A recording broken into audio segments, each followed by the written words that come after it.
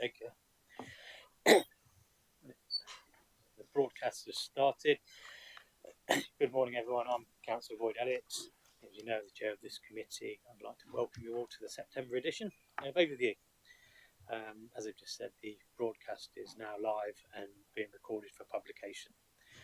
Okay, if we go to agenda item 1, which is the minutes of the last meeting, and ask the committee to approve those minutes. Agreed. Thank you. That's agreed. Okay. Go to agenda item 2. Apologies for absence. And Sarah, all present and correct. Everyone's had a lovely summer and raring to go. Yeah. Raring to go where? That's what.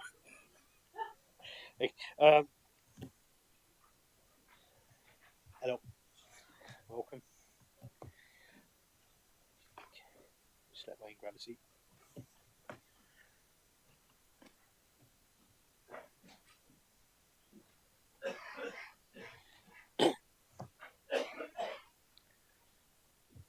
Okay, go to agenda item 3, which is the declarations of interest. Any councillor or officer has an interest in any matter on the agenda, you should declare it now. Please raise your hand now if you have an interest to declare. If you have an interest to declare, you should state what type of interest it is and please provide brief details. Anyone? No? Okay. Okay, we'll go to the agenda item 4, which is the Scrutiny Annual Report 23-24. That's myself to introduce a report. Pretty much it's the annual report. It gives you a brief outline of what we've done. I think you'll agree we've covered a whole host of different reviews, the outcomes, and we've had some really useful debate here. So I'm going to move the recommendations as detailed in the report and ask for a seconder. Seconded, Chairman. Okay, thank you. Then I'm going to open it up, open the floor. Any questions on the annual report? Okay. Councillor Fold. Yeah, thank you. Yes, thank you, Chair. And yes, I think we've done a lot of work here. It took a while, didn't it, for us to get ourselves organised and understanding the process. But I think it's been good, and certainly the Labour Group have been very committed to this and worked hard to do the reading, do the preparation, talk to officers, and I think it's borne some good fruit. So thank you for that, and we'll continue to be committed as far as we can. I have to say it has been quite difficult. I mean, one of the things I noticed in here as well, you can comment on, is there's only actually been one call in, and I think that suggests that possibly the call-ins are very difficult. They're very kind of procedural, and I do wonder if that is actually preventing some of the call-ins actually to take place, which really do need to. So I just kind of raise that as a concern, because one of the things very early on, I think, in this, we did say actually the Constitution, the way the scrutiny is set up, does actually make it difficult for opposition to make their voice heard. I think now we've got better at it, it's getting better, but I think that is still a concern, certainly for the Labour group. Just to go through one or two things kind of mentioned in the report. The cost of living review, which I know Glyn and I kind of plugged away on a regular basis. I think it was good to have it done. It was very long and protracted. It was very drawn out. I know for reasons it was kind of beyond the power of officers. I do understand that, but it could have done with doing everything a bit more quickly. And I think as well, the thing that I kept saying, and I know all of us Glyn and I both were saying, we're still disappointed there was no real kind of additional impact, additional value added to what the council was already doing. And that was said at more or less every committee meeting where we got the opportunity, and it's never been mentioned or written in any of the reports. So I would just like to raise that now, because I think it could have been a bit more impactful. And certainly the second paragraph down on page 24, we're sure that the council does as much as possible within its powers in supporting Nottinghamshire communities and residents who've been impacted. I am still not convinced of that. If you look around and see what some of the other councils have done, and it was creative, and it might have kind of been some of it might have been a little bit more risky, but I do really think that we could have done more if we'd have been a bit more committed to actually understanding that there's a cost of living review and how much it was impacting on some of our residents. And certainly in terms of when the voluntary sector came up, which I thought was some of the most useful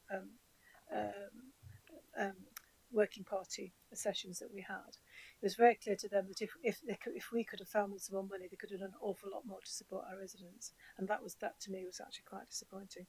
In terms of the special educational needs and disabilities one, I just wanted to flag up again the fact that there is this County Council Network LGA kind of joint report with massive recommendations. It is out now because, as I've said before, I suppose I should have declared an interest. I'm a spokesperson for this County Council Network. It would be good if that would be recognised here somewhere, and at some stage it would be good actually. And I know that you've been working on it. I know the officers have been working on this in children's department. And I think it would be good to kind of recognise that and see some of that, because actually some of the issues that are raised here in terms of educational health plans were actually tackled head on in that report and came up with some really good recommendations. So that would be something that kind of would be really good. And again, going back to the call-in, this is on page 26 around the Healthy Families Programme. As I said before, it was hard. I think it was good, and we were glad that it happened. And thanks to support from officers and others, and for you, Chair, for letting that happen. That was really good, but it was difficult. I think that could perhaps be looked at in terms of the process. And certainly on page 27, supporting the addition of Healthy Family Service visit for first-time parents. Again, we'd like to reiterate this need to be face-to-face, and we would like some data and some proper progress report on that to make sure that is now happening. This is a serious safeguarding issue for this council, and I think that, and every opportunity, I think we need to kind of flag that up. I think I could go on, but I think I've had to say. So thank you very much. Thank you, Councillor Bolt. Yep. The one call in, and whether it may be down to procedure, as you say, but I think it's councillors getting used to how that process works and getting their heads around that. Counts with regards to the SEND, the LGA report that was circulated to members, so they have had sight of it. Okay. Yeah. It's been circulated to all members, so they've had sight of it. Can I just say something about healthy families? Yeah, healthy families not coming on. And just on the healthy families, it was one of the recommendations from the review that type of KPI and performance was reported in the reports on performance that go to Adult Social Care Committee. So when that comes in, that will be incorporated in those reports. Okay. Thank you. But thank you for your comments here. We welcome them. Okay, Councillor Shaw. Thank you, Chair. It's regarding the budget survey 2023. In the text, it said the recent budget survey, more responses from residents and more than any previous survey that's ever been out. The budget survey 2023, we were consulted as part of this committee, and the independent group as a whole on the 4th of September 2023 said that we could improve this by getting more people engaged into the survey if the highways were more prominently included in that particular survey, and in the draft it was hardly mentioned. Despite the highways being the most contentious part of this council's or my inbox and many of my colleagues' inboxes in our divisions, every single suggestion that we put forward last year was ignored. We only represent 15 divisions, which is 150,000 people plus. We were ignored, or felt we were ignored. The question is that because of that lip service that we perceive, is the scrutiny function of this council being run by the officers or the councillors? Thank you. Do you want to come back on with that? No, you're better answering that. Yeah. With regards, we took on board the budget survey. I mean, Nigel, do you want to come in on the budget survey at all? Candy? Well, only to say that the overview committee did make some recommendations, and they have been taken into account as we'll go through the next budget survey as well, because I think there was particular concern from Brightly about making sure that more youth voice or the younger person's voice was included. I think is one of those recommendations, which I think is what we'll concentrate on as part of the next budget survey, so what we can do to improve that. And the highways review, I know Councillor Clark, who would feel 70 today, get that out there. He's often goes on about the whole highways review programme that his committee did, and took account of your comments. Also, it was about participating in a lot of the reviews, and it was only the last review that Francis actually turned up for and represented your independent group. So your comments came, the majority of your comments came after the review in these meetings, rather than the review when we had the working groups leading up to the meeting. So I'll emphasise it again that we do need representation from the independents when these invitations are sent out, so you can actually participate. We've already had Councillor Fole in the first item saying how much work herself and my vice chair put into the cost of living review, and there was no representation at all from the independents. Okay. But what has that got to do with the question? What has that got to do with the question of scrutiny function? What has that got to do with for the budget scrutiny to survey work, and the responses for you, from what's it got to do with the responses from residents? You'd have had more responses from residents if you'd have included the other 7 items that we actually put forward in 2023.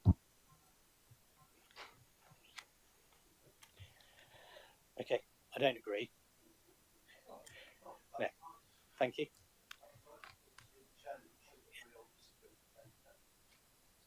Councillor Prima, want to come in? Thanks, Chair. I'll just start again by saying, same as my leaders, thanking the officers and the work that's been put in. We don't always agree with everything. That's the role of scrutiny and what have you. But the officers have all been helpful. Every question we've asked, they've been answered. So in that respect, thank you. But on the climate change, page 31, just on the plan framework and the net zero framework, putting the two together, there's no actual figures or targets for actual target apart from the end target of 2030. But there's no intermediate targets or any finance that may or may not be required in it. So although the report is good and it has got a target, it would have been nice to actually see a little bit more of time scales within the targeting. And also the very last members of the overview group will be receiving a progress report from 24-25. Well, it's near the end of 24 now, so do we have any more solid date for 24-25? And the reason I'm asking that is because of the actual climate itself is actually changing more rapidly than people thought. So in that respect, it's something we may actually need to look at again fairly quickly.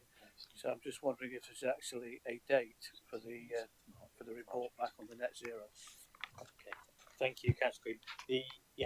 That's placed on the March meeting, so March 25. Okay. Councillor Owen. Yeah, thank you, Chairman. I want to pick up on 2 points in particular that Councillor Fole has made, and I'm glad she recognises that scrutiny is moving forward. It really, in my view, and I have to say I don't like this system, but it's where we are, and there was no alternative. But when we set up scrutiny and we looked at the way we could do it, I think we set up a system that really gave the opposition an opportunity to take an active and indeed leading part, which is what I envisaged scrutiny should be about, in the whole scrutiny process. If you recall, we made members of the opposition groups vice chairman of all the scrutiny committees. Now, I don't know how scrutiny operates elsewhere, but I certainly know at Broxtowe, where I'm a twin-hatted member, we as an opposition group there, Labour-controlled authority, don't get vice chairmanships or any seniority at all on the scrutiny function. So, you know, you really want to put your own house in order before you start criticising us here. So I think we've done a very good job in trying to ensure that the opposition voice is strongly heard. And I would dispute the fact that it's not. And if you feel that it's not making as much progress as it should, well, then I would put that down to yourselves. You've got to drive what you want going forward. You talk about the cost of living scrutiny, which I thought was far too big a topic, far too wide.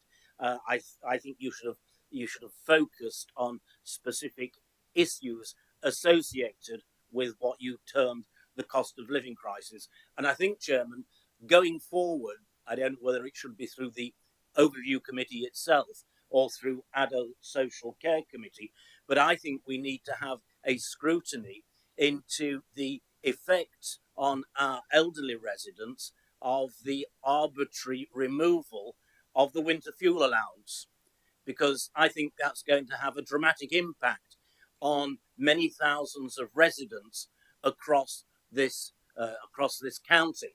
And I look forward to the opposition perhaps putting that forward as something that we ought to scrutinise.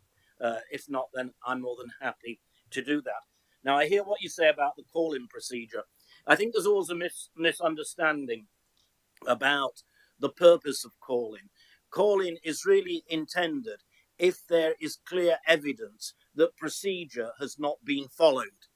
The call-in procedure is not because you don't like the decision that's been made. That's politics, I'm afraid. When you're in control, you make the decision. If you're in opposition, you don't. And I think there is something of a misconception there that you don't like a decision, therefore you should be able to call it in. That's not what the call-in procedure is about. As far as it being the process being driven by officers, it may well be. But if it is, then we're all to blame for it. We as members should be driving it. And so, if you're saying it's run by officers, well, then do something about it. Turn up to meetings and take action. And as far as the budget consultation is concerned, as you know, over many years, Chairman, I'm very sceptical about budget consultations. But there's always a section on any budget consultation which says, "Do you have any other points of view to make?" Now, if everybody is incandescent, as we're led to believe, about the state of the roads, and I, like all other members, get quite a bit in my inbox, so we know, we've consulted. They're consulting us all the time. If members of the public are so incandescent, they can fill that box out in any way, shape, or form they wish to mention about the state of the roads. But of course, what they also need to do is to tell us which other services they would like cutting in order to pay for those road repairs. And the trouble is, so many of our services are statutory services, and we have to spend the money on them. Or perhaps they could suggest by how much they want the council tax to go up. Those are all possibilities on that current budget consultation form. People don't across, I suspect the whole country, but certainly across the county, don't fill out these consultation forms. They think they're a waste of time. And, well, I wouldn't go as far as to say they are, but nevertheless, people do think they're a waste of time, but they do have the opportunity to say what they think. And any suggestions about the improvement of call-in, certainly, I, as Chairman of Governance and Ethics, would be welcome. I would welcome it. You know, if you want to put some ideas forward, then let's have them. Don't just carp about it. Tell us how you would improve the system. Thank you, Chair. Thank you very much, Councillor Owen. I'll now bring in Councillor Purdy Haran. Thank you. Thank you, Mr. Chairman. One of the main outcomes of the independent review of the scrutiny process, which I think all of us, or most of us, believe that was a positive examination, was that we were still learning, and some of my colleagues have questioned whether we rushed into the new system. without fully considering the impact on Nottinghamshire residents, which is, I suppose, the primary reason why we're here. For example, the task and finish group on catering and facilities management that recommended privatising the service, which seemed to my colleagues that it just simply confirmed the policy of the Conservative administration, despite the independent group repeatedly stating our opposition through Councillor Hollis. This council had to be dragged kicking and screaming into publishing the dissenting views. There is a perception and a fear amongst some of my colleagues that we're not scrutinising adequately any opposing views. It is perceived are dismissed as adversarial and political rather than helpful, and this has simply become or seen to become a mechanism for rubber stamping decisions that possibly have already been made. When we put our heads together, the only thing that we could think of that scrutiny has had a material impact over the last year is when Ofsted gave its views on the send process within the council. We were struggling with what scrutiny has achieved in our committees. So I've been asked to convey that this morning. Thank you. Councillor Carr. Thank you.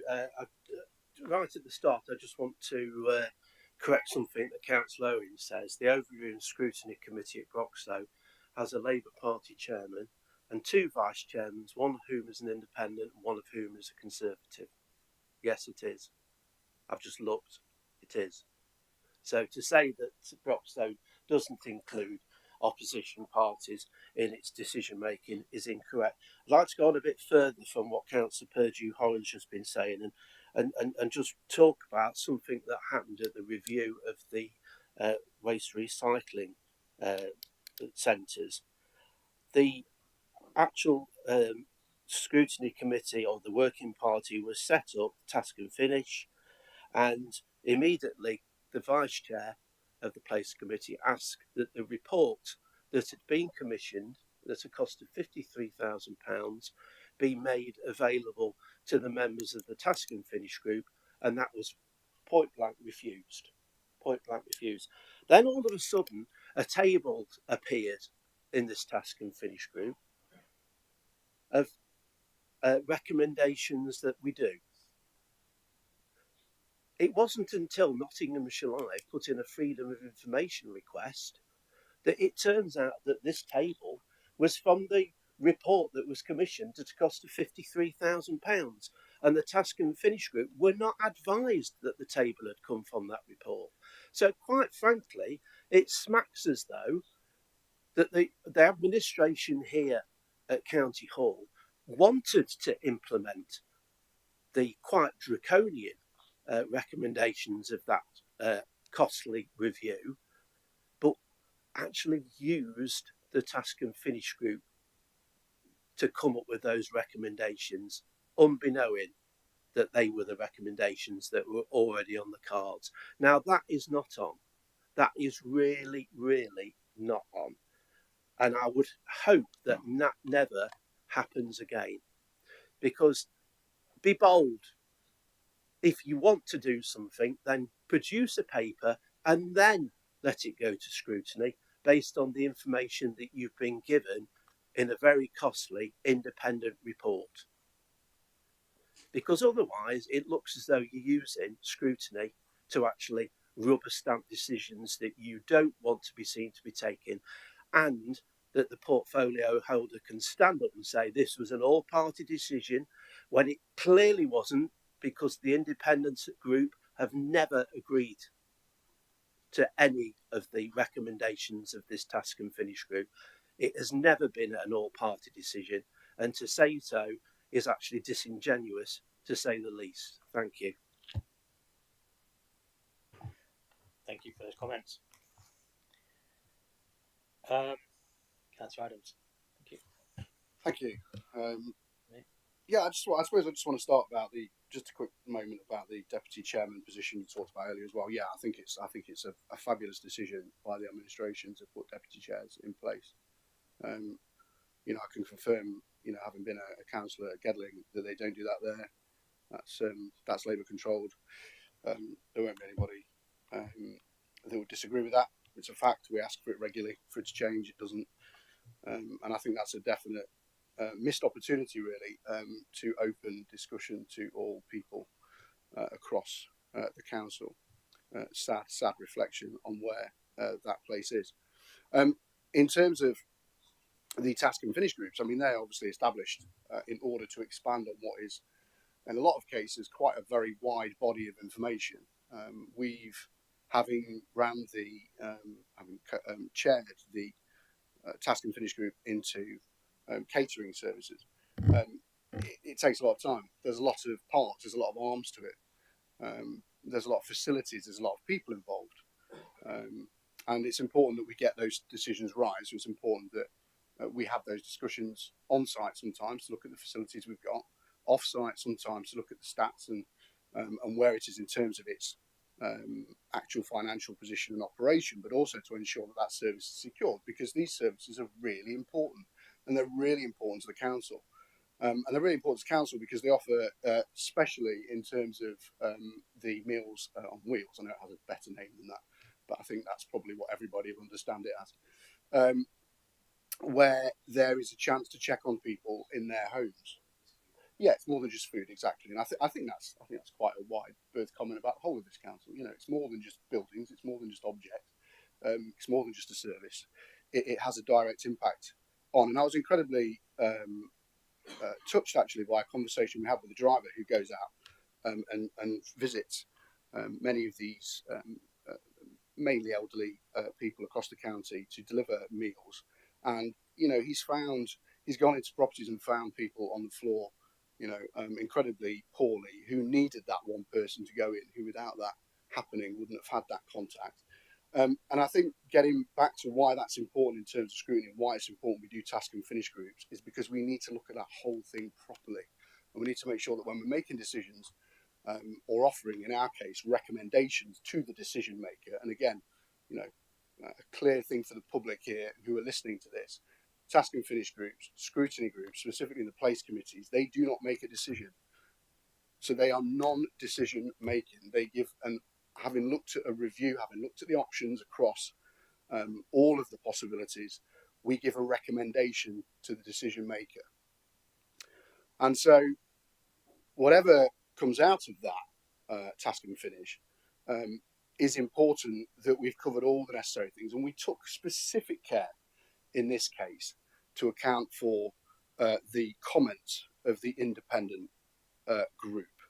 Even though attendance was not fabulous throughout, we took those comments and put them in there purposefully because we wanted the decision maker, again, this is not a decision making committee, to have all points of view made available to them. So the fact that somehow somebody is saying, even with these comments that were made by the independent group, the decision was still made, even though they were against it. Well, it doesn't really matter whether you're against it or not, in the nicest possible way. In a task and finish group, what matters is that every view is represented. And we took the extra step in terms of catering to ensure that those views made by the independent councillor were represented. And I think, and you know, I actually at the time thanked the officers for coming up with that point of direction, because I think it makes sense. Why wouldn't you want to give a decision maker every piece of information that's possibly available to him to make the best decision? It's just sensible, surely. However, I'm sure I'll be told that's not sensible at some point over the rest of this meeting. What I would say is that some of the stuff that I did hear just then, I'll be honest, I stopped subscribing to the Disney account because it's all make-believe. And a lot of the stuff I heard just then fits into that category. Thank you. Thank you. Thank you. Yeah. Okay. Could I just clarify, point of clarification, is Councillor Adams saying that what we're saying as an independent group is made up? I think I can ask Councillor Adams that. The part where you said that that the fact that they'd made a decision and the fact that the independent views were not taken into account and the decision was made, even though they had a dissenting view. Absolutely. Correct. Okay. So I answered that question. The Labour Party agreed with you, of course, yeah. The important thing is to remember is the scrutiny is not.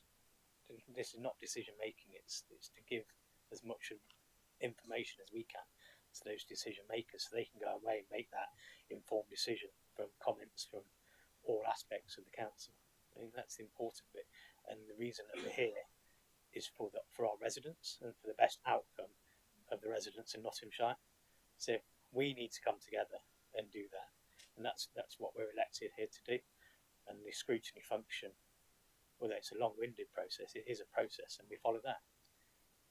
So that's the important thing to take away. So the report has been moved and seconded. We've had a good debate. I now take a vote on the recommendation that the scrutiny annual report be endorsed and referred to full council for consideration. All in favour? And those against? Any abstentions? Okay, that's carried. Thank you. We now move to agenda item 5, which is the progress report on the recommendations made from the scrutiny review of council office buildings. We've got my colleague Councillor Keith Girling here, the Cabinet Member for Economic Development and Asset Management, and I'll call on Keith if you're happy to introduce the report. I'll pass it over to you. Thank you. Yeah, thank you, Chairman. I really appreciate actually being scrutinised. I remember when we was discussing the effectiveness of scrutiny at the full council meeting some time ago now, I sort of stood up publicly and said, absolutely scrutinise. It's important that, when we make decisions, we're making them with all the information that's been given. And when we looked at the scrutinise the office rationalisation element to it, the recommendations there, I took all of them into account, all of them. That said, if there's some that I didn't want to take into account, I would have done. But there's a lot of hard work that went into that to make sure that was going in the right direction. So I think, there is room for improvement, but I think, we are going in the right direction. And so I'd like to thank you for today, really, because it gives me the opportunity to say really what's happening within my department in terms particularly of County Hall here. And we've had some really good responses, as you've seen in the report, with a variety of suggestions of what we should do with this place, which has been really helpful actually, because it's given us something to look at when we go to the developers and say, look, this is the sort of idea that we've got for this place. Does it fit in with the kind of thing that you can make it work, so that it's to the benefit of the people of Nottinghamshire, and where we all get out with that we've benefited from it. So I think that's been really encouraging. And then when we've gone out to the developers, we've had a really good response as well. So we're waiting now. We're looking at now those responses, what ideas they've got coming back. I think I'm getting a paper in a couple of weeks' time to look at those suggestions, and then I'm likely to be making a decision on that towards the end of the year. So it's all coming along really well, I think, so I'm really pleased with that, really. Obviously, also in the report is Oak House. I'm really pleased that at the moment we're in budget and on time, despite the three storms we had at the beginning of the year. So if this scrutiny committee was happening at the beginning of the year, I'd be telling you we're behind schedule. But they've recovered from that. We've had a spate of really good weather, but we are reliant on the weather to make it happen on time. But I can assure you, I'm pushing as hard as I possibly can, and the officers are, to make sure that we deliver the project on time and on budget. So I look forward to coming back when it's all done and dusted and saying, right, this is how much it's cost, and we're all in this place now doing our meetings. I'd just like to remind members as well, actually, that the building was already going to be built. Yeah. So the building isn't being built to have their quarters there. The building was already going to be there. What we did was make the decision to move our leadership there as well. Yeah, so I think that's really important. That's got lost a little bit in the turmoil of it all, I think. And I think what also is really encouraging about our programme is not long ago signed off another £9 million for refurbishing schools.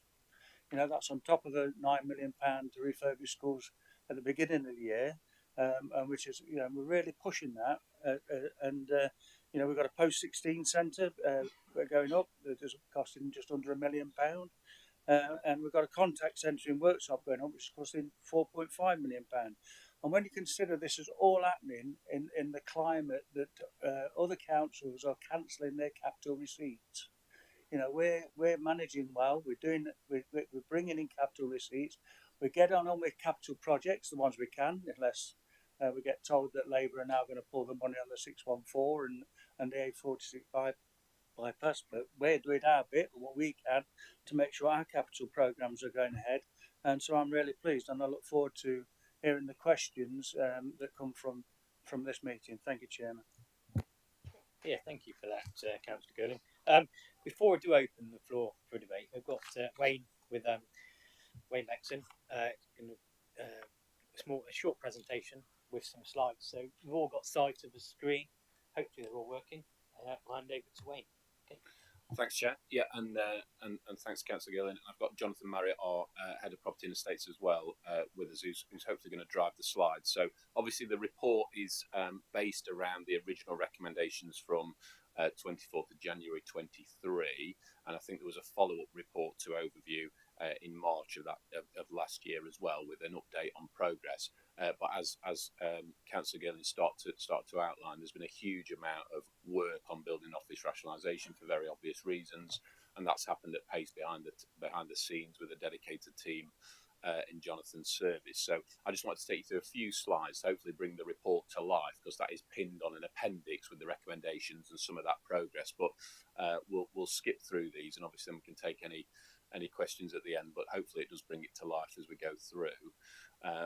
So just firstly, just some of the timelines on the next slide, which should just show you where we're moving to and at. And these are all in line with previous agreements and approvals. Obviously, we've got a lot of things happening concurrently with staff moves and construction. So it's a huge undertaking across property and estates, but not least, obviously, preparations for leaving County Hall, which are now very much in kind of full train, and then work on looking at improvements to some of our other office estate that will be utilised, certainly with Trentbridge House, as members are aware, and of course then Oak House, and the completion of that, which we'll come on to being on schedule. And then down the bottom in the kind of orange and green, as you can see, some of those other peripheral works. And I'll mention what's happening in Mansfield, but also that contact centre, again, as just referenced, the workshop construction, looking at starting back end of this year and running into next year. So a huge amount going on. Coupled with that, and we won't go into it today because we're focusing on the property elements, but there is the hybrid working policy, the smarter working. So that's hand in hand. The work we're doing is hand in hand with HR colleagues who are leading on that particular work, and obviously keeping staff fully appraised and informed as we go through each of those different components. So just a whistle-stop tour around the county, which we'll touch on. Firstly, County Hall. So we've referenced that there's work going on here. So a huge amount of artefacts in the basement, huge amount of work on storage, the comms strategy to staff, making sure we look to vacate County Hall in a sensible manner. And those move dates are pinned at occupying Oak House from the end of February 25. So having the first meeting in that new building at that date, looking at a move between February and June. So we'll systematically move teams out. We wouldn't want to move in all 1 week for very obvious reasons. So there'll be a staged vacation of County Hall, and that's obviously been communicated to the teams and staff and members. as we do so. And of course, there'll be opportunity to familiarise with Oak House or the working locations as well. As part of the County Hall work, one of the things the teams have been doing is looking at the occupation, whether it's meeting rooms, whether it's bookings, whether it's access to the building, just to make sure we're not going to cause ourselves an issue when we move. So there's a lot of detail behind the scenes that's helping inform that particular piece of work as well. And this is that timeline. So again, something we're working to and communicating effectively with a June next year end date for all that to have happened, and a little bit of flexibility. You can imagine once we get the building handed over from ARC and Morgan Sindall Oak House, there's a lot of work then that needs to happen from an IT infrastructure, getting desks in the building, chairs. So there's lots we need to do to make sure that we can be in the building, it be up and running. So again, this just outlines all those immediate next steps and the key milestones that the team are looking to achieve and tick off. And County Hall future, we've mentioned this. We had the full council decision back in July 23. There's been a subsequent report in February 24 to Councillor Girling referencing the work we would be doing around engagement, community stakeholder developer engagement for options for County Hall. That's been really positive.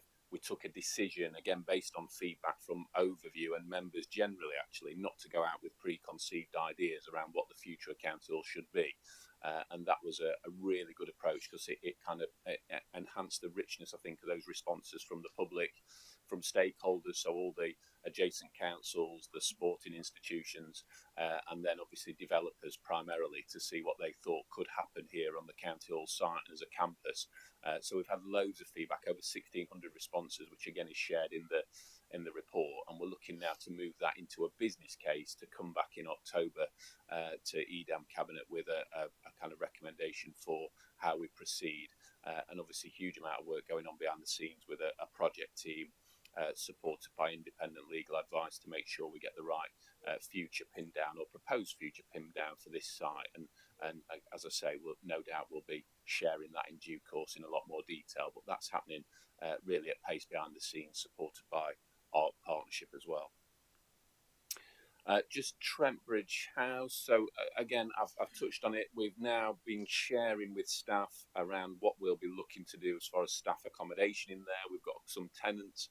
As people know, with Midlands Engine and Via, we'll be looking at that stack plan being finalised, which tells staff where their neighbourhoods are, what locations they'll be in the building, and of course extensive meeting space as well, that will ensure is put onto floor one, so people can book meeting space, and it will be very similar to the space we have here at County Hall. So that's been separated out on floor one, and there's going to be some improvement works to reception area and for accessibility, certainly, because if you've been in Trentbridge House, lots of little steps and things that you can't get around, so they're going to be removed. We're going to make sure it's ramped, so from an equalities perspective, accessibility perspective, it's a lot better. And the kind of entrance to that, the kind of canopy you go in, it's dingy at best, so that's going to be improved and just feel a little bit better, whilst obviously being mindful that we don't want to do too much in there, because it's a usable building and each floor is very appropriate for the needs. We've done that monitoring as staff in County Hall, so for those who aren't moving to Oak House, Trentbridge House more than facilitates the amount of staff that will be going in there. And obviously when we do move in, we'll be monitoring that very closely as we go. Oak House, I think we've mentioned it. We're kind of looking at this delivery profile now as we head into the last 6 months really closely. Councillor Girling mentioned we had several named storms that meant that the site and work on the site was extremely challenging. That time has been pulled back. Real close monitoring of the work. I think we were 4 weeks behind at one stage, but we're now pretty much back on schedule, and it's watertight, so there's glass going in, and we had a topping out ceremony quite recently to kind of mark that moment. So the building's looking really good, and again, we're looking to make sure all members have the opportunity to visit the building and get inside there before we take occupation. So that'll be around about turn of the year. We'll be arranging those regular schedules of visits, so you can get in and have an explore and see what it's looking like as we go into these last 6 months. As this site plan shows, really key now. We're into that final stage. So for time, for budget, etc., the team are very much on it, monitoring, working with ARC. There's a project board that I'm chairing to keep a tight grip of everything that happens there. and it won't be purple, but that is the that is the that is the that is the insulation going in there. And that will even have moved on. I know these pictures we've got on there at, say, late August, but every day now there's activity there to see it moved on. Access roads, bus stops, etc., are all in place. So if you do drive by, you'll really start to see that taking shape. It's obviously going to be BREEAM excellent, electric, solar panels on the roof, and we're getting a lot of interest from other authorities about how we're doing this and the fact that financially it makes sense for all the reasons that have been shared previously, that we're moving to a purpose-built HQ. So it feels like absolutely the right move to make, and the timing of it is really key as well. And I'll just race through these because I know we're rambling on. But Meadow House. So for those who are aware of Meadow House, we've done just under a £1 million refurb project on that site. Absolutely critical that happened, and the staff there are extremely pleased with what's happened. It kind of, one, gives staff an appropriate working environment. Two, protects our asset as far as value and maintaining it. So from my perspective, it was really important. But if you do visit Meadow House, it feels so much more modern now, even though we did it as a kind of tightly constrained budget and profile, and staff were just enjoying the new carpet smell, I think. And Mansfield Connect, so again, something that's really topical. Obviously, we're working closely with Mansfield District Council on the old Beals building. I think Jonathan told me it's a former co-op. So that is a project there in the middle of the town that we're really keen on supporting, because it, for communities, residents, can be a one-stop shop, so it can have lots of public sector elements under the same roof. You can see this conceptual design that's on this slide, which gives a courtyard. There's a cafe area, and we're looking at a significant footprint in there, which will allow us to vacate other properties in and around Mansfield, potentially Meadow House. Of course, the key for this is a business case. So whilst we're committed, we're looking at REBA stage 3 and the costs that will come back from that before we are fully committed to a business case process. But obviously, we're very supportive of being part of this building, because it makes a lot of sense from a council perspective. The business case will be built upon capital receipts we could release from other assets if we vacated them, revenue savings on those assets, and moving into here. And again, it's part of our strategy around a modern office environment across the county, costs us less, more energy efficient, allows staff to have better working premises, and of course is much better for residents and citizens. So it's part of that wider scoping, and this would be a fantastic move in 2027 if everything goes swimmingly. And again, we're looking at a report turn of the year as Mansfield provide us with final detail on what this will look like. They've got Kier on board as the main contractor for this one, by the way.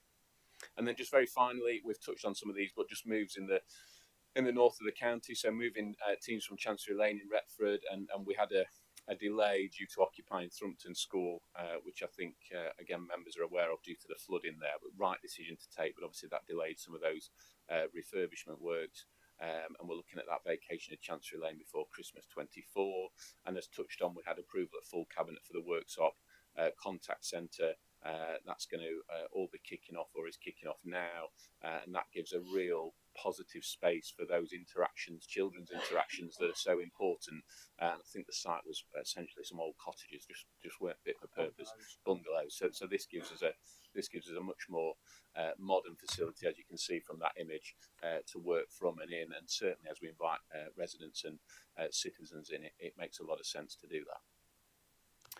And that's the final one. I mean, the final thing to say is obviously any questions, and we've got a dedicated kind of hotline, if you like, team who are working on this to make sure you can see the sheer amount of things going on is vast. Lots of progress behind the scenes, and obviously managing this tightly, and the dedicated team who are doing that's really, really critical. So for any ongoing queries, because there's always lots of queries and kind of things as we move through, we've got the team, we've got the email address, phone number. So again, very much transparent, open to conversations as we go through the next few months. Thank you. Thank you, Wayne. Yep, some fantastic work going on, and as you said in your closing statement, how transparent it's all been all the way through the process. Now, before I open it up for a debate, I'm going to move the two recommendations set out on page 41 and ask for a seconder. Seconded. I think it's been moved and seconded. Now, any members wish to ask questions? Councillor Freeman. Thank you, Chair. Just a couple of questions.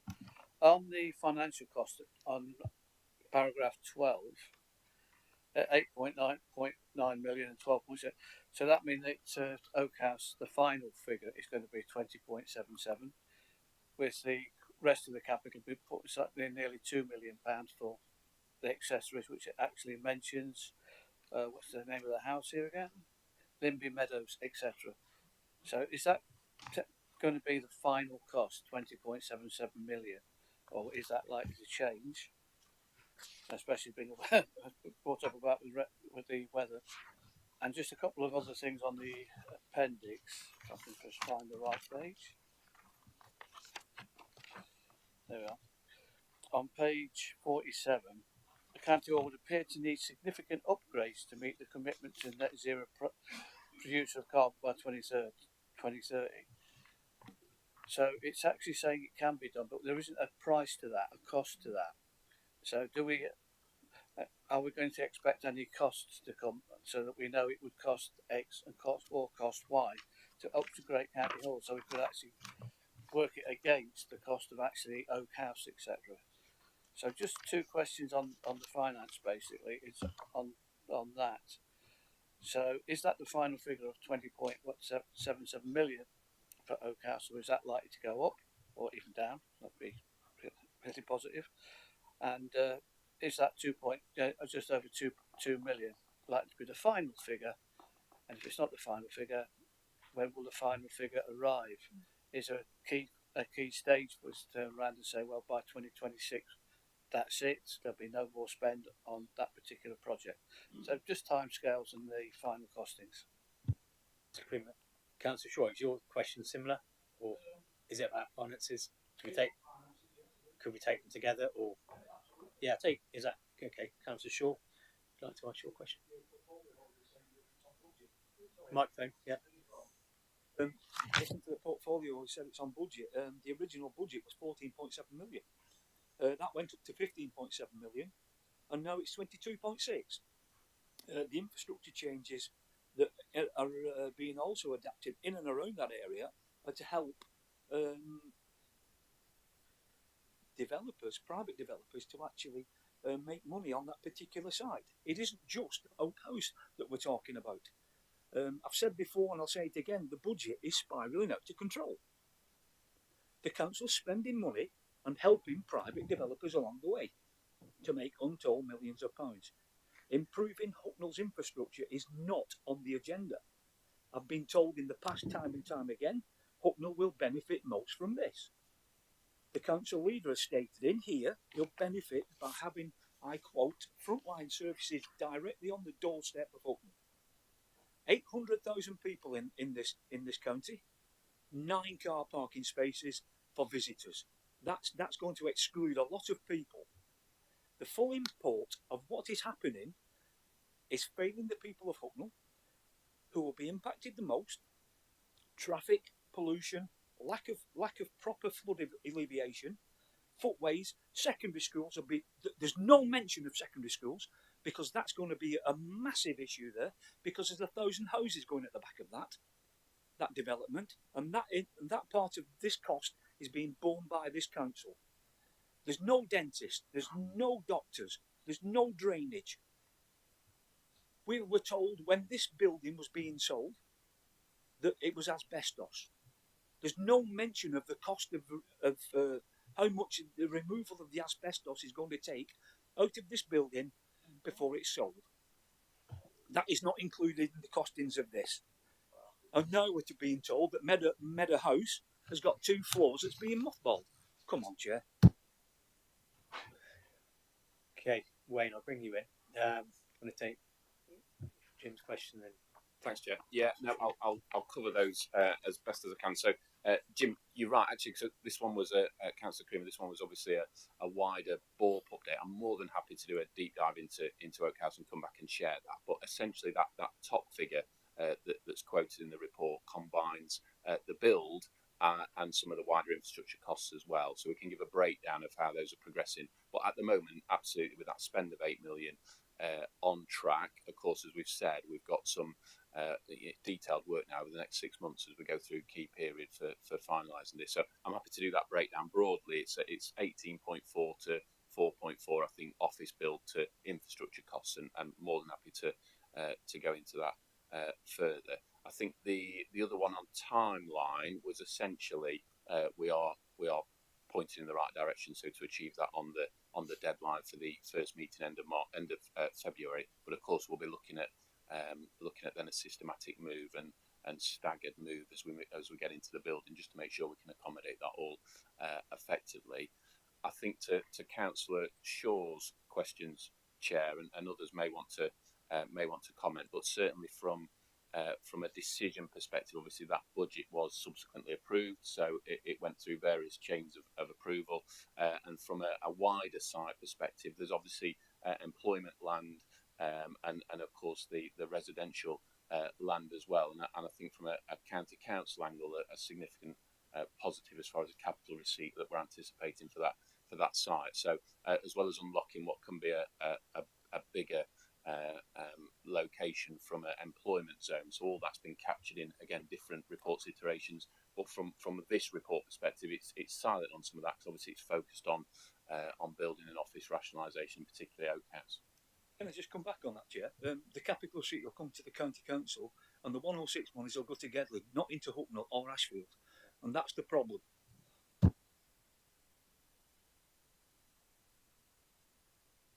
If I could, because where the officers will answer the question, the technical side of it, obviously some political element to the questions there. First of all, it's not 1,000 homes, it's 800 homes, but hey, don't let accuracy get in the way.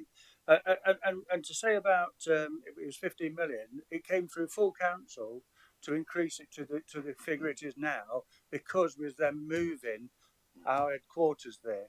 So you're quoting the original figure, which was just to do the building, which I said at the beginning in my introduction, there was already going to be a building built, and it was just going to be for those services.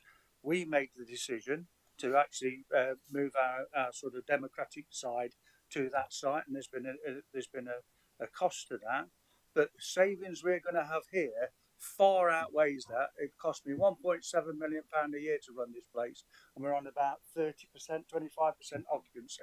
It doesn't make any business sense at all to stay here. In addition to that, the land up there, we're going to get about £36 million from that as well.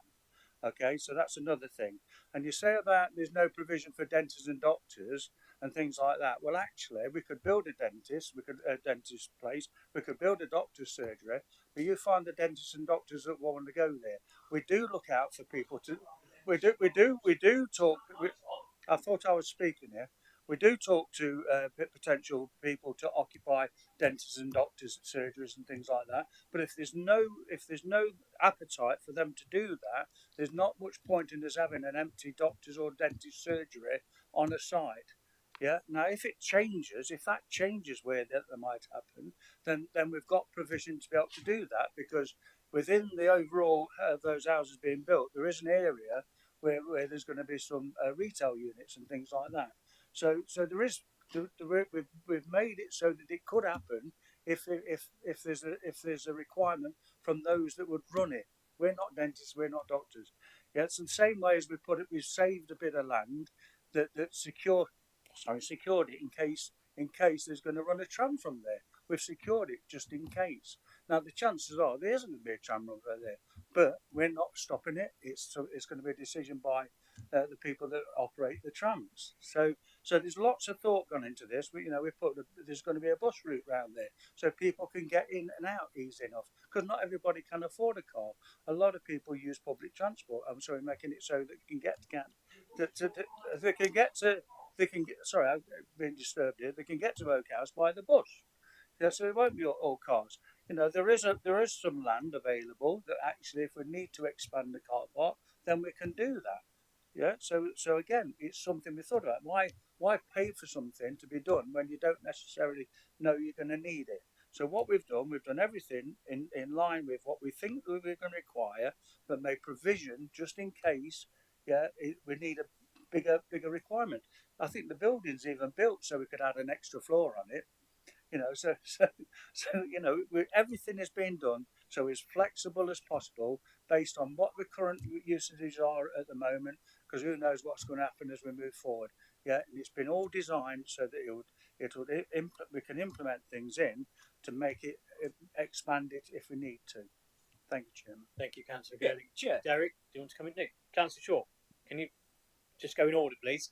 No, just wait. Derek's coming in first, and then I'll bring you in. Okay? Just have the decency to let people speak. Thank you. Derek. Thank you, Chair. Just to pick up on Councillor Creamer, the second point you asked around the costs of making this existing building county hall carbon neutral. That was a topic that we covered off in the report to full council in July of last year. I'm speaking from memory now, but I think we included within that report an appendix that set out the broad costs and the key areas of expenditure that will be required to make this building somewhere near carbon neutral. And so it just to point you in that direction in terms of those costings. Obviously, that's something that Wayne and I can pick up with you in terms of a fuller conversation. But there's quite a bit of detail in that report, and that was part of the original decision. Thank you, Derek. Councillor Shaw. Yeah, sorry, apologies. It is contentious. It's a very big contentious point in Hucknall. There's no infrastructure for schools. There's nothing. There's no secondary schools going to be able to take 2,400.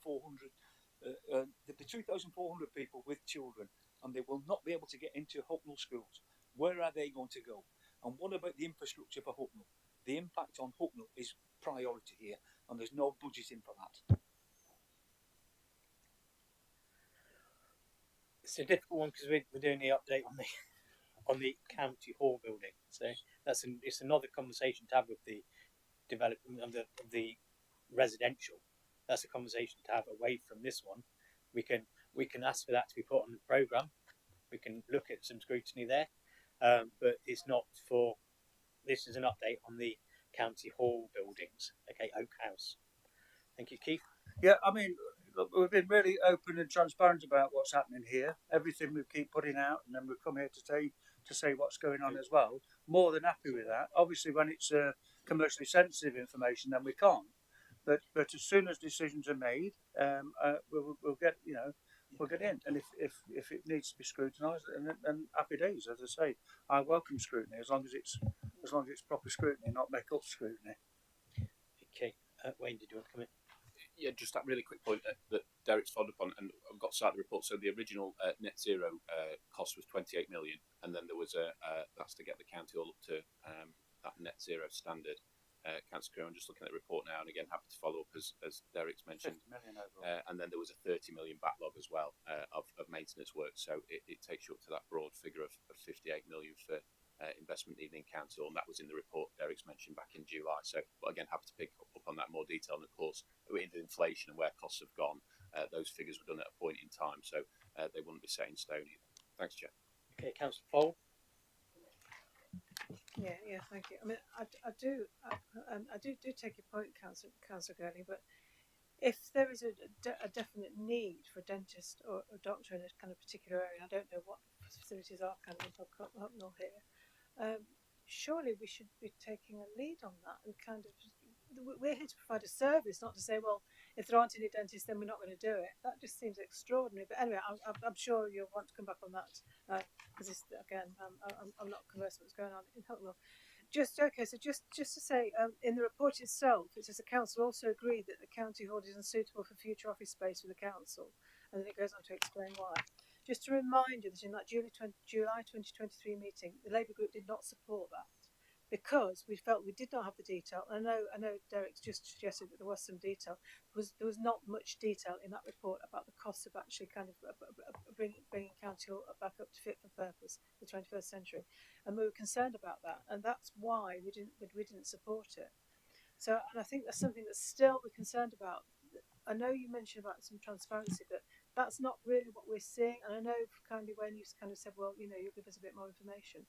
That has not been forthcoming in the way that we hoped it would. And I think still we're struggling in terms of actually what the cost of actually refurbishing County Hall will be. I mean, in a nutshell, do we really need to move out of here? Is that really how bad it is? Because we haven't seen the clear evidence that is actually needed. So I just wanted to raise that. There is with you. Could that presentation, that really good presentation, go around everybody, go around all members? I think they would really like to see that, because we're getting a lot of questions about actually what's going on, what's happening. what's happening. I mean, I'm glad to see that actually we're going to have some visits to Oak House, because people are saying, when are they? And we've never been told that. I think really it feels as if we're getting kind of little bits of information, kind of little bit dribs and drabs, rather than actually seeing the overall view. What is the situation? What is the business case around County Hall? What are we kind of being offered at Oak House? And how is this kind of going to impact on staff, members, the public more generally? I don't have a clear picture of any of that really. Keith? Yes. Just to clarify for you, Kate, to be fair, it said we should be leading on the doctors and the dentists. I don't know how we can do that apart from have the provision there if there is a doctor's surgery or a dentist surgery that wants to come on site. So that's what we're doing. We've got a community asset space specifically for that sort of thing. So we are leading by saying, look, if you want to come here and put a surgery, there it is. But we can't just sort of, oh, let's have some doctors and you're going in there. We're working very closely with our developers and the NHS and our NHS colleagues to make sure that actually, if we can get that to happen, it will happen. But it's not something I can say will happen. It's because it is not within my gift or the council's gift to do that. All we can do is put things in place so that if there is a requirement for that provision there, i.e. there's a doctor's surgery that wants to go there, yeah, then they will be able to. So that's the sort of thing that we are doing. It's not that what else can we do? There's no other way of leading on it apart from giving it so that you can have it there. I can't see what else we can do. We can't order a doctor's surgery to be there. Well, good. That's what I said. We are working with our NHS partners, and if they can see that that they can, provide the doctors that's required for that area, absolutely great. That's what. But it's not in my gift to insist it. All we can do is make sure that there's provision there, if that's what is required. That's all I can do on that. And you say about that you don't know this information, but it's been through full council, all the information about here, like the cost of it. It has all the figures were in the report. All the figures were in the report. £50 million. It was in the report. £50 million was in the report of how much it would cost to bring this place up to a standard that's acceptable. Well, what do you want? How much it is per window? What kind of breakdown do you require? Well, but the thing is, I don't come up with that figure. We use our partnership, or that's their role. They're our partners, and they've come in and looked at what it would cost to get this building fit for purpose. But at the end of the day, it's still only about 25% occupied. So we'll be spending all that money for a building that is not used when we've got a building 300-400 yards up the road, which is not fully occupied, which would take the people from here into it anyway, and then the people from here that's going to go into Oak House have got provision for them there. You show me a business case that makes it to be sensible to stay here. So you're the opposition. You come up and show me a business case as opposition that makes it the right thing to do to stay here and spend £50 million on a building rather than spend that money on services. I look forward to getting that report. Wayne. Thank you. Wayne. Yeah, thanks, Chair, and thanks, Councillor Fold, for the question. I think just picking up on a couple of those points, more than happy to share the slides. Obviously, pre-summer, I visited all groups, all members, had the offer of a briefing with myself and the board team, but coming back again in the autumn, we've got drop-in sessions scheduled, and there's a full comms plan, which I'll share with all members for how that process is going to work. And again, there's a real open dialogue we can have. We've also shared, I think, again, floor plans and received feedback for Oak House with all members as well, and around about the occupation. And again, some of the flexibility we're built into those floor plans purposely because of the modern state of the new building. So happy to do that, and I'll make sure those visits when it's appropriate, when the site's safe and ready around about the turn of the year, I'll make sure those are in. So all members again get the opportunity to come and visit and walk around with Art Partnership, myself and Morgan Sindel. So absolutely committed to that. And that figure, just to reiterate, I'm more than happy to go into the breakdown of it. And that figure that was in there, breakdown another time we can do, was circa 28 million on the net zero to achieve net zero for County Hall,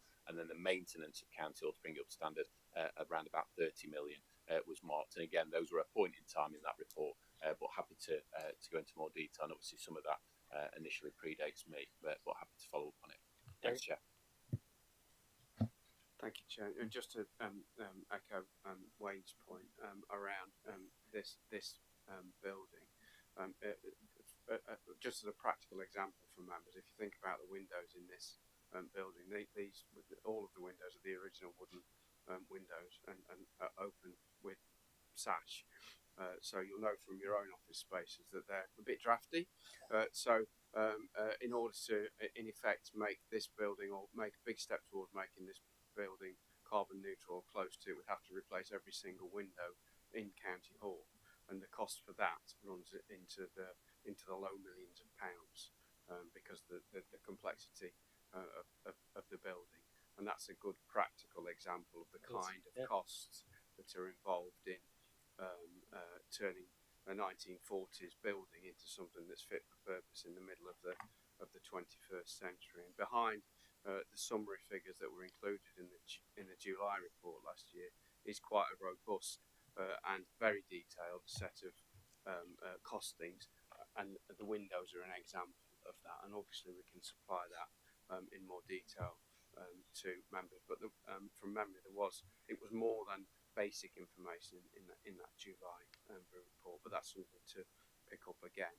I think the other thing to say is, because we're now in that autumn period and we're 6 months away, as Wayne has said, from Oak House becoming a functioning building, we are now in the space where we can probably contemplate taking members to the building and giving you a walk around. It's not very safe for us to do that at the moment, and it's definitely it's only just managed to not be very drafty as well. So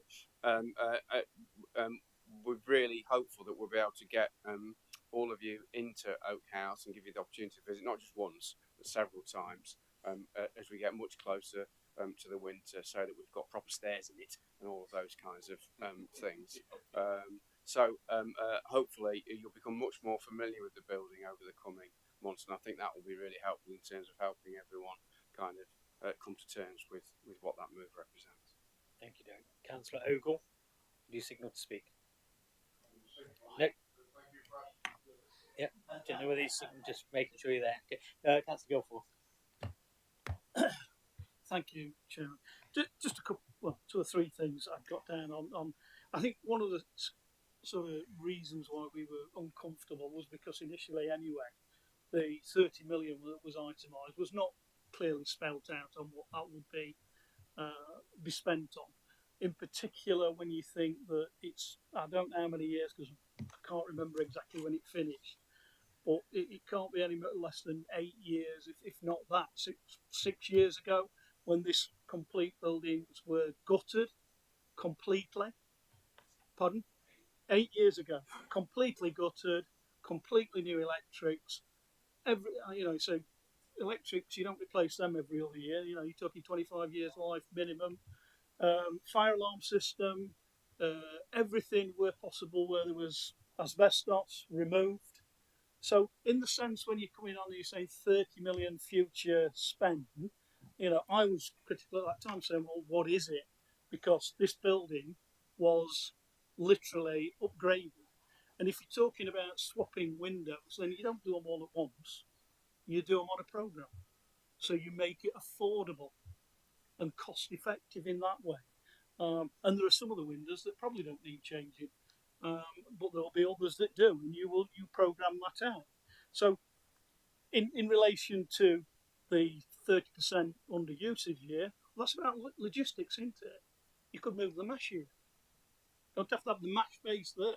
The mash can be based anywhere in the county. The role that they do is bring in information, coordinate that, and then plonk that out to the relevant agencies to make sure that they deal with the safeguarding issues.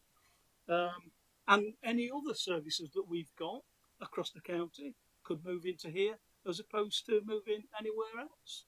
I'm still a little bit sceptical about the finances that you came in to justify initially.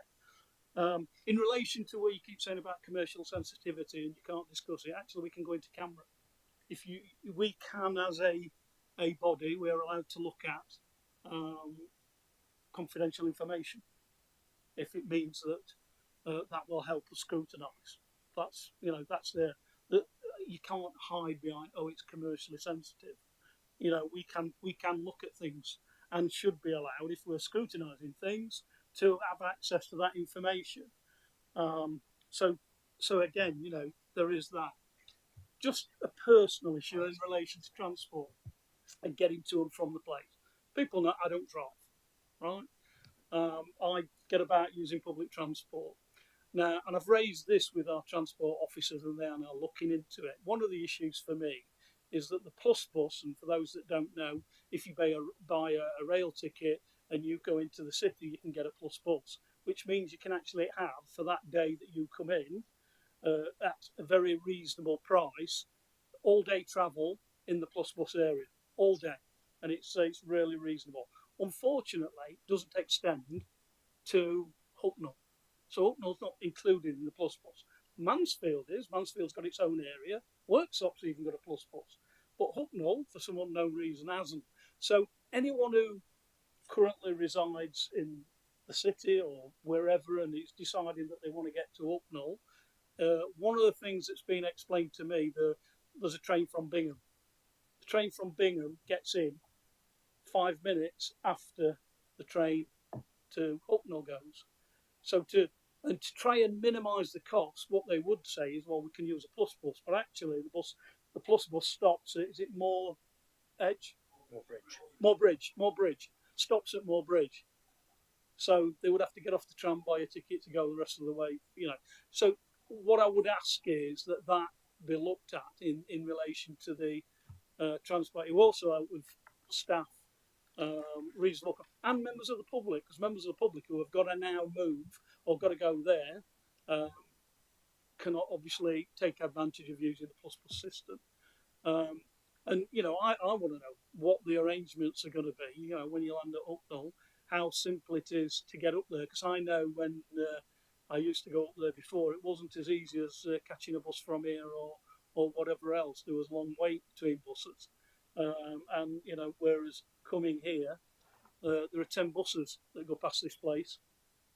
I can get off the train and get onto a bus within 5 minutes of being stood at the bus stop.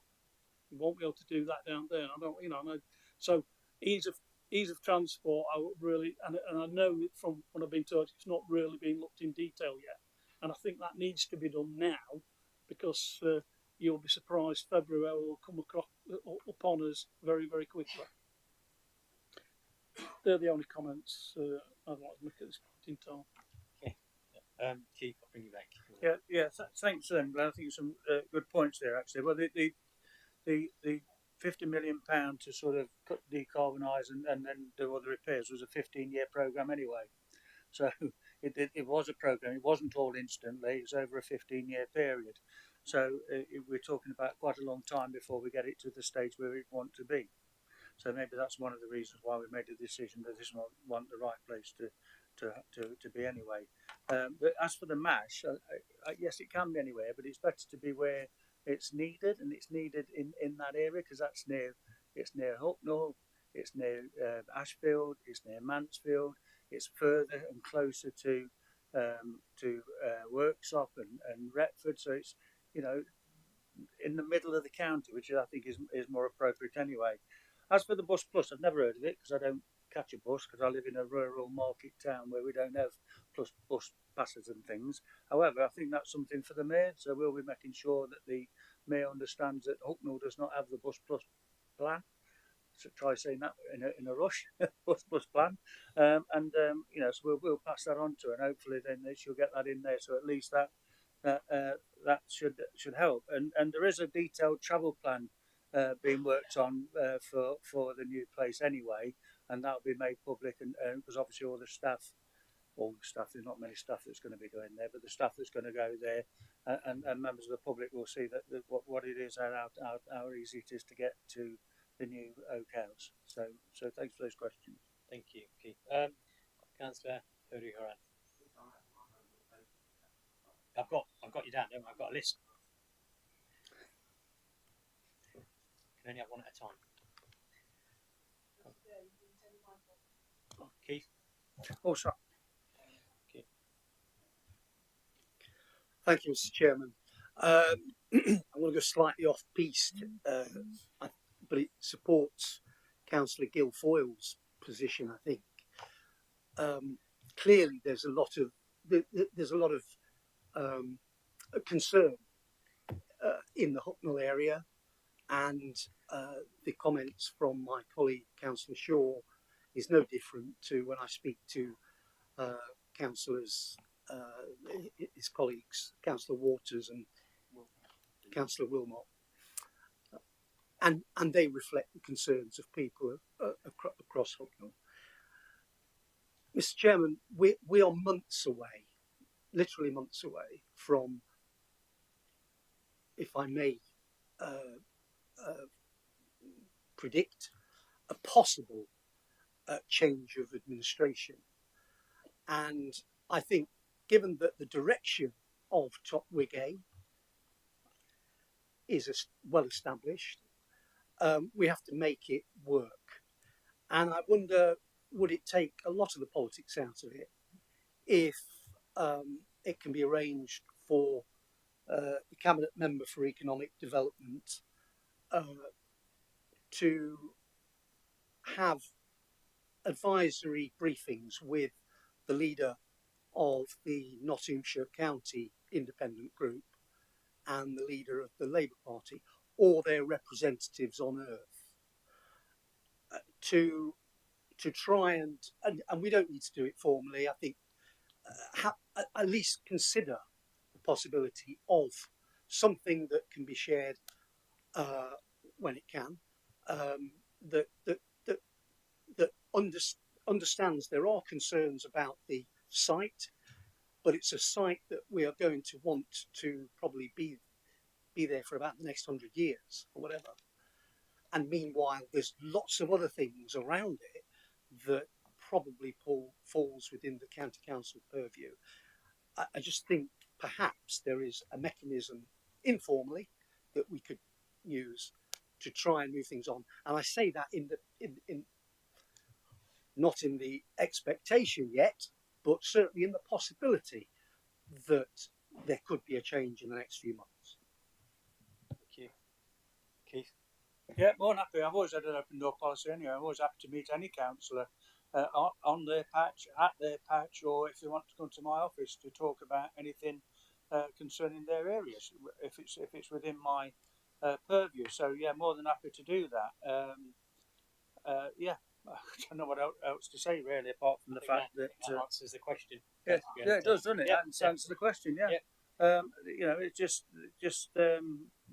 yeah, happy days. So I think that's an open invitation. If anyone would like to make contact with Councillor Girling, he's very good at making contact, I can assure you. But two members left to speak. I've got Councillor Carr. Thank you, Chair. I think when we start talking about new items of scrutiny, I think we must bear in mind that it's out now only 6 months until the pre-election period kicks in. So I don't think there's going to be a lot of time for new scrutiny before the election next year. Some question direct to you, Keith, if that's okay. You say that there's no appetite for GPs and dentists to come to this site. Have you asked them? And you also, or is it an assumption? You also said, how do we do it? Well, this council, of course, has a legal duty for public health. We've got a director and a whole department that deals with public health, and dentists and GPs fall under that. Also, to the people I represent who are still suffering from poor roads, poor pavements, and a school, a secondary school, that they've been waiting for 10 years to be replaced, which is falling to bits. Can you tell them what benefit they will see from spending all this money on new building?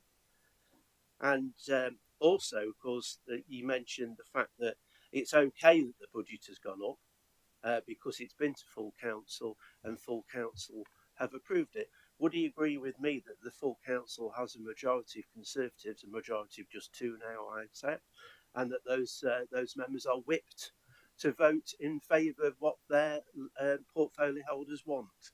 So actually using that as an excuse for the increase in budget isn't really an excuse at all. Thank you. To explain how the politics works. Yeah, well, no, I'm happy to answer these questions. Obviously, my understanding is that actually we have been in contact with the NHS because they're the ones that commission doctors and dentists, not us. And our responsibility within the health side of it is our health scrutiny committee, where we scrutinise what they're doing. We can't order them to have doctors, and we can't order them to have dentists. But we're in discussion with it. And as I said, to Council Ford is the fact that we've got the provision there if it's needed, but it's for the NHS to commission the doctors or the dentists to be there, and if that's what they want to do, then we'll work with them to get that to happen. What will the people in around the whole of the county actually benefit from moving out of here into Oak House is the enormous savings that we'll get. Okay, so we'll get a capital receipt from this place. We don't know what that is yet, but we'll get a substantial capital receipt from selling this place. We've also got the savings of £1.7 million a year that it costs us to run this place. We've also got the fact that Oak House is BREEAM excellent. It's got its own solar panels, and it's going to be all electric. So the running cost of that is going to be substantially less than it is here. So again, that's a saving which is beneficial to the people of Nottinghamshire. As part of the whole deal, and this is where the confusion is, and I'm on a site in Hucknall, so I get the feedback of Hucknall people about what they think about Oak House and what they think about the whole site. Is the fact that there's going to be a £36 million plus capital receipt from the land that we sell to put those houses on. Now, the majority of people are against the houses. They're not against the Oak House, apart from the way it looks. Yeah, that's the only feedback I've had on that site. They don't like the way it looks. Well, there's some paintings I don't like, which are supposed to be famous paintings, and it's a personal thing, is it, whether you like a building or not. To me, from my perspective of what my role is within this council, is to make sure that we have buildings that are fit for purpose and that run at the minimum amount of cost possible. How pretty it looks or how pretty it doesn't look is not really my concern. That's for other people to worry about. As for the council being Conservative led, yes, it is. That's democracy. That means the Conservative led council make the decisions. I don't know, and I've never heard of anybody in my group being whipped. You can laugh, but nobody has been whipped to accept the fact that we're going to move from County Hall to Oak House. I've heard people say they're not particularly keen on it, but when you've shown them the business case, they've accepted the fact that the business case justifies them actually accepting the decision. Nobody was whipped. We didn't even have a vote of it in the group. Yeah, we just talked about it and said, is anybody really against it? And nobody put their hand up saying they're really violently against this move. Yes, there's a couple that didn't particularly like what it looked like, or didn't think actually we've maintained the status of such a building like here, but the business case overruled their particular view on that. So you can imply what you like. I know the facts. We did not whip it, and there's councillors here from the Conservative group, which I'm sure if they want to go against what I said, I'm more than happy for them to do that. But we definitely weren't whipped, not in any of the meetings I've been in anyway. And that's it. So thank you very much. Thank you, Keith.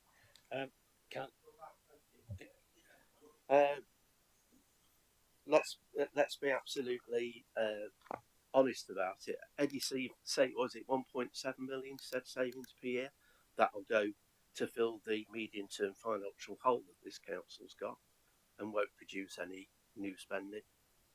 I've recently been contacted by a dentist who's very keen to go into the new units in Beeston, but not having a great deal of success. Though there was clearly appetite out there. And really, I would ask the question then. So, if it came to full council and 3 members of the Conservative group voted with the opposition and it fell, what action would be taken against those Conservative councillors? Because I don't think it'll just be, oh, that's fine. Oh, no, it's fine. We'll sort it out like that. To suggest that Conservative councillors are whipped is frankly laughable. Thank you. Okay, that's your opinion. Okay, thank you. Councillor Do Owen. you want to reply or not? I don't think there's anything to reply Nothing to there. 'Cause reply. it was a bit primary school, wasn't it? Okay, thank you, Keith. Councillor Owen. Thank Sorry, you. Brian, it's pointing out that £1.7 million will go into the medium-term financial strategy because it's a black hole. It's primary school, is it? I think Well, what perhaps you ought to go back. Councillor Girling was referring to your last comment about what would happen, but that's Well, that's for him to say that, not you, isn't it? I have to say that Okay. it's about your last comment. It was a bit primary school and silly. okay. Okay, right. Thank you, Councillor Owen. Yeah, Chairman, we didn't need to be whipped because it makes such common sense. And of course, that seems to be sadly lacking from some of the comments I've heard this morning. Because it does seem to me that both groups, both opposition groups, are really clutching at straws in their attempt to oppose what most large businesses, or many large businesses, are doing themselves. They're moving out of old, unimproved buildings and going into newer, smaller premises because, particularly since COVID, the world's moved on, whether we like it or not. The world has moved on, and office-based work patterns have reduced significantly. And I hear Councillor Fold come up with this argument, her argument for opposing time and time again, that she hasn't got the details. Well, I know, and Councillor Girling made the point, when this came to council a year or so ago now, he gave the overall figure. Well, I wouldn't expect him to go through every line of what the costings for improvement and changes to County Hall would be. It comes back to the old issue of scrutiny. If you want to know the detail, ask the question and you'll get an answer. You'll get an answer. And Mr. Bexton, this morning, in the full glare of the 2 people watching us on YouTube, has said he will share all of that information with you. So you can rest assured that you will see the sense of the business case that has been used to move to Oak House and move out of County Hall. That argument has gone. You won't have that argument. So I'm trusting that you're going to be coming on board with the whole project. And then we hear from the independents again, always out to seize a headline. And they talk about lack of school places. Well, the 800 houses, it will have to go out to planning consent, presumably. We're not going to just build 800 houses. And when the application went out to planning, did it go to Gedling? It went to Gedling. I mean, of course, this particular project yet again shows the absurdity of the 2-tier system of local government. But there we are. That's a separate argument. Gedling will have gone to the statutory consultees, I'm sure. And one of the consultees will be the county council. Yes. Their children and young people's place planning section.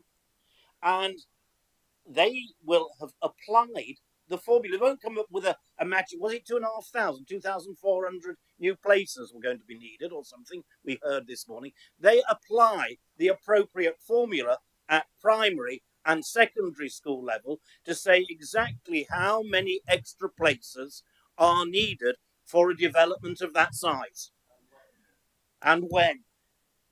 And Gedling Borough Council will have gone to the developer and said, we want Section 106 money to build those extra school places.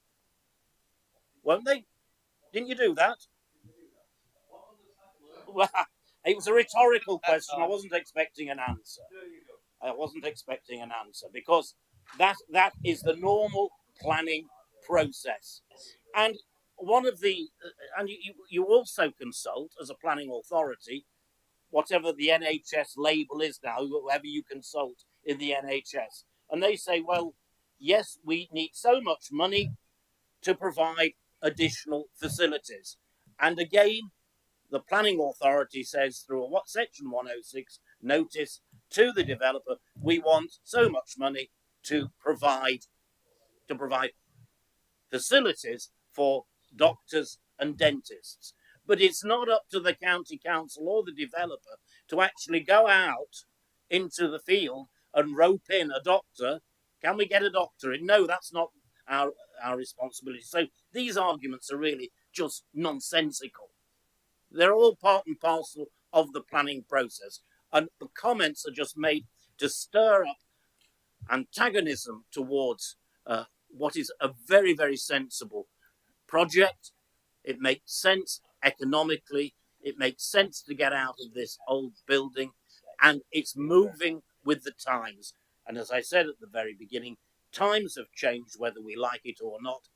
We've got to adapt and accommodate the changing times, and this is the best way to do it. Thank you, Lou. Thank you, Councillor Owen. No one else signalled to speak. Oh, Councillor Ogle. Yeah, I'm not going to repeat that articulate speech, but right from the start, the figures stacked up. There was substantial capital savings that I could see, and these are welcome. And 1.7 million on savings on running costs is not a small figure, and I think it's irresponsible not to look at these savings for the people in Nottinghamshire and to appreciate them. I think they need to be appreciated.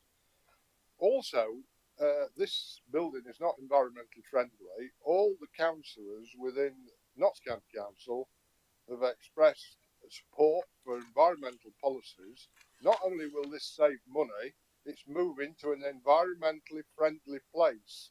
To retain this building, it will not be environmentally friendly at all, so I would ask them to reconsider their support. Thank you.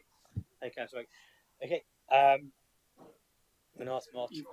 Oh, Eric, Councillor Kerry. Thank you, Chairman. I just would find it very interesting that, given some of the feedback we're getting from the opposition here today, whether they might be minded to work together and put a motion to the next full council that says something like, do you agree that we should not be moving this council into Oak Panels? They have that chance. They can do it. They can work together. And let's see what members really think about how sensible this is, because I believe it's very, very sensible. Thank you.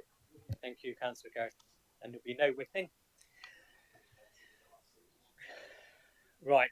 Okay, I'm going to ask Martin that all members' views have been captured. Yeah. So a few things.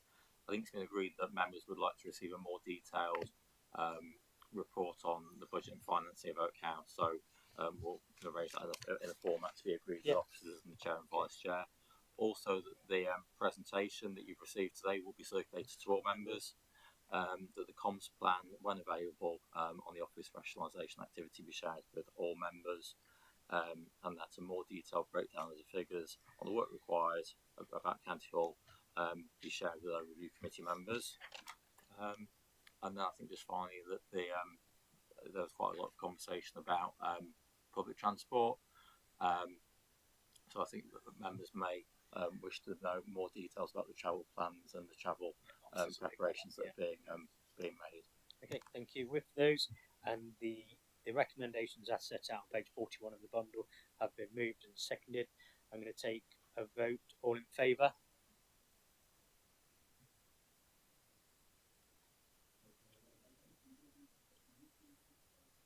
All against?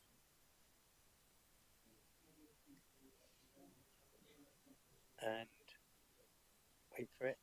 Any abstentions? Okay, that's carried. Thank you very much. We now move to the last item, which is the work programme. And just introduce report and move the recommendation. Seconded. We've got. I think there was one proposal for the work programme, wasn't it? Early one for a scrutiny of the impact of the. Came from Councillor Owen. Yeah, I did make a note of it. Yeah, scrutiny of the impact of the winter fuel allowance. So if we can, that's the one thing. Councillor Carr. While we're talking about being political, wouldn't that be construed as being extremely political in the run up to the county council election? Whether you agree with it or not, should we be scrutinising what the national government are doing, or scrutinising what we are doing? With the impact on our residents, then we'll see. Don't know what the impact's going to be on our residents, and we won't know in the next 6 months either, because it's not going to happen till January. So, no.